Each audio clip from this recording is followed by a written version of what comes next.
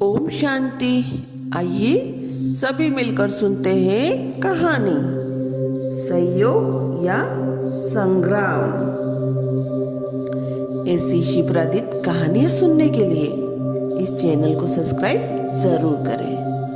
और आइए सुनते हैं कहानी।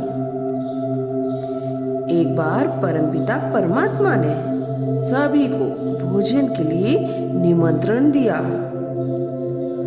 भोजन में 56 प्रकार के पकवान और 107 प्रकार के फल आदि रखे हुए थे। जिनको निमंत्रण मिला सारे लोग तमोगुणी संस्कार वाले व्यक्ति थे और भोजन एक नियम में खाना था। तो सभी भोजन कक्ष में जाएं उसके पहले उनके दोनों हाथों में 3 फुट की लकड़ी का डंडा बांध दिया गया, जिससे उनके हाथ मुड़ न सके।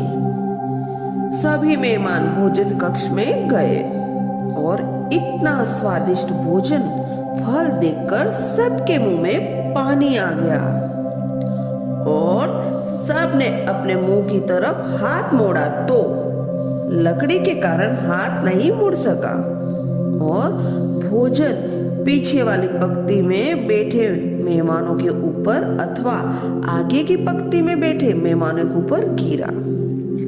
सबके कपड़े आदि खराब हो गए, जिससे वे क्रोधित होकर आपस में लड़ने लगे और दूसरों को अशब्द बोलने लगे और कोई हाथापाई तक भी शुरू कर दी। भोजन कक्ष बदलकर संग्राम का मैदान हो गया था। सभी जगह भोजन बिखर गया था और सभी मेहमान भूखे ही रह गए। ये सब आत्माएं तमोगुणी संस्कार वाली होने के कारण भोजन कक्ष संग्राम का कक्ष बन गया। अब परमात्मा ने सोचा, चलो एक बार और प्रयोग करके देखते हैं। फिर परमात्मा ने अपने दूतों को भेजकर भोजन कक्ष खाली करवाया और दूसरे दिन समुदाय को बुलाकर उसी तरह हाथ बांधकर भोजन कक्ष में भेज दिया गया।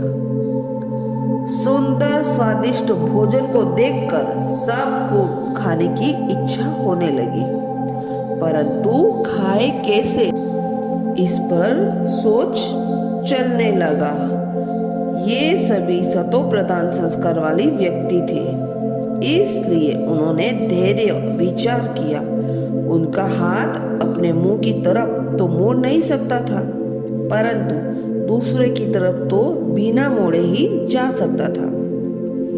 इसलिए उन्होंने प्रेम और स्नेह से, सहयोग भावना से अपने हाथ में चम्मच लेकर एक दूसरे को खिलाना शुरू किया और सभी ने अपने को तृप्त किया। उनकी सहयोग भावना से न तो भोजन खराब हुआ और न ही भोजन कक्ष खराब हुआ और सभी भोजन खाकर तृप्त हुए।